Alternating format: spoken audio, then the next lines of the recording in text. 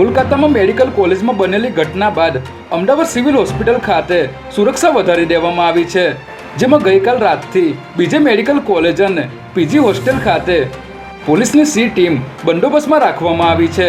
આ C team હોસ્પિટલમાં તેમજ મહિલા ડૉક્ટરના રહેણાંક પીજી હોસ્ટેલ ખાતે તૈનાત રહેશે.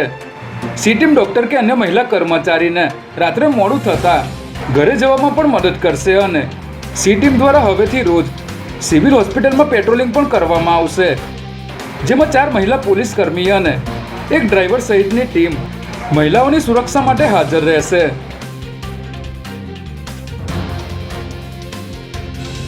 અમદાવાદ શહેરમાં ગણેશ મહોત્સવને લઈને પોલીસ કમિશનરની કચેરી વિશેષ શાખા તરફથી જાહેરનામું બહાર પાડવામાં આવ્યું છે, જેમાં ગણેશ મૂર્તિની સ્થાપના માટે સ્થાનિક પોલીસ સ્ટેશનમાં અરજી કરીને પરમિટ મેળવવાની રહેશે. લાઉડસ્પીકર વગાડવા અને વિસર્જન દરમિયાન સરઘસ નીકળવા માટે પણ જે તે પોલીસ સ્ટેશનમાં અરજી કરીને પરમિટ મેળવવાની રહેશે. જ્યારે ગણેશ સ્થાપનાની પરમિશન સમયે આયોજકોએ અરજીની સાથે વિસ્તારમાં વર્ચસ્વ ધરાવતા 15 થી 20 વ્યક્તિના નામ, સરનામા અને મોબાઈલ નંબર પણ ફરજિયાત આપવા પડશે.